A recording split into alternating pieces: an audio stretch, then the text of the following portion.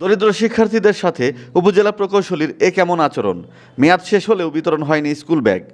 সিরাজগঞ্জের শাহজাদপুরে এডিপি প্রকল্পের আওতায় উপজেলার বিভিন্ন সরকারি শিক্ষা প্রতিষ্ঠানে স্কুল ব্যাগ বিতরণ কর্মসূচির ব্যাগ বিতরণ না করে অসৎ উদ্দেশ্যে মজুত করে রাখার অভিযোগ উঠেছে উপজেলা এলজিইডির প্রকৌশলী AHM কামরুল হাসান রনির বিরুদ্ধে।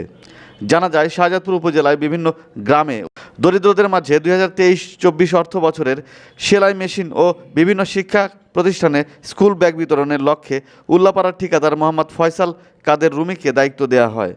প্রকল্পের প্রাক্কলিত মূল্য ছিল 4,20,000 টাকা। প্রকল্পের 30টি সেলাই মেশিন নির্দিষ্ট সময় পর গত বছর বিতরণ করা হয়েছে। তবে স্কুল ব্যাগগুলো বিতরণ না করে এখন পর্যন্ত অভিযুক্ত প্রকৌশলী AHM কামরুল হাসান রনি মজুত করে রেখেছেন। এ বিষয়ে তাকে জিজ্ঞেস করলে তিনি প্রথমে সাংবাদিকদের এড়িয়ে যাওয়ার চেষ্টা করেন। পরবর্তীতে অসত্য তথ্য দিয়ে জানান যে মাধ্যমিক শিক্ষা অফিসার তালিকা দিতে দেরি করায় ব্যাগগুলো বিতরণ করা যায়নি। অপরদিকে উপজেলা মাধ্যমিক শিক্ষা অফিসার SM শাহাদত হোসেন জানান, আজকের পূর্বে কেউ তাকে এই ব্যাগ বিষয়ে কিছু জানায়নি। প্রকল্পের SO সার্ভেয়ার আলমগীর হোসেন জানান, মৌখিকভাবে উপজেলা মাধ্যমিক শিক্ষা অফিসার SM শাহাদত হোসেনকে ইতিপূর্বে জানানো হয়েছিল। বিষয়টি জানাজানি হলে বুধবার বিকেল 3:30টার দিকে প্রকল্পের SO সার্ভেয়ার আলমগীর হোসেনের অফিস কক্ষ থেকে 2টি এবং ট্রাঙ্কে তালাবদ্ধ অবস্থায় আরও 81টি ব্যাগ জব্দ করে উপজেলা মাধ্যমিক শিক্ষা অফিসার SM শাহাদত হোসেনের নিকট হস্তান্তর করেন উপজেলা নির্বাহী অফিসার মোহাম্মদ কামরুজ্জামান। এ সময় তিনি সাংবাদিকদের জানান, গত অর্থ বছরেই ব্যাগগুলো বিতরণ করার কথা ছিল, কেন তা হয়নি বিষয়টি তিনি জানেন না। এই বিষয়ে তিনি প্রকৌশলী AHM কামরুল হাসান রনির সাথে যোগাযোগ করার পরামর্শ দেন।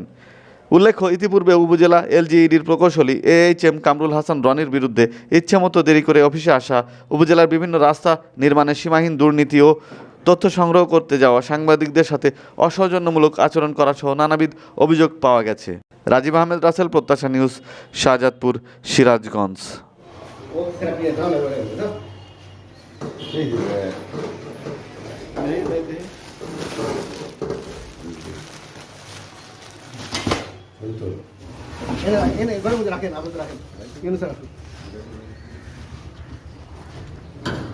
মানে 81টা পাওয়া গেছে এখানে।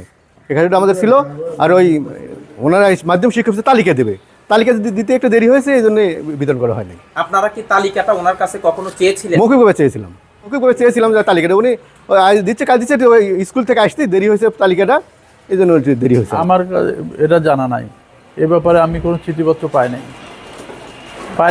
পাইলে আমি অবশ্যই দিতাম, বিতরণ করতাম। আজকে আমি টেলিফোনে জানলাম যে এই 70টা ব্যাগ বিতরণ করা প্রয়োজন। সেই প্রেক্ষাপটে আমাকে ফোন দেওয়ার কারণে আমি আসছি। তারপর ইউনো মহোদয়ের সাথে যোগাযোগ করার পরে এই যে ব্যাগগুলো বুঝে নিচ্ছি। উপজেলা LGEDর নির্বাহী প্রকৌশলী যিনি, তার পক্ষ থেকে কি আপনাকে একাধিকবার টাকাটা দেওয়া হয়নি? তিনি এইরকম একটা দাবি আমাদের কাছে করেছেন যে একাধিকবার আপনার কাছে তালিকা চাওয়া হয়েছে। আমার জানা নাই, কাছে এই মর্মে কোনো লিখিত কপি নাই, আমার জানাও নাই। যদি জানা থাকতো তাহলে আমি অবশ্যই ব্যাপারে ব্যবস্থা নিতাম।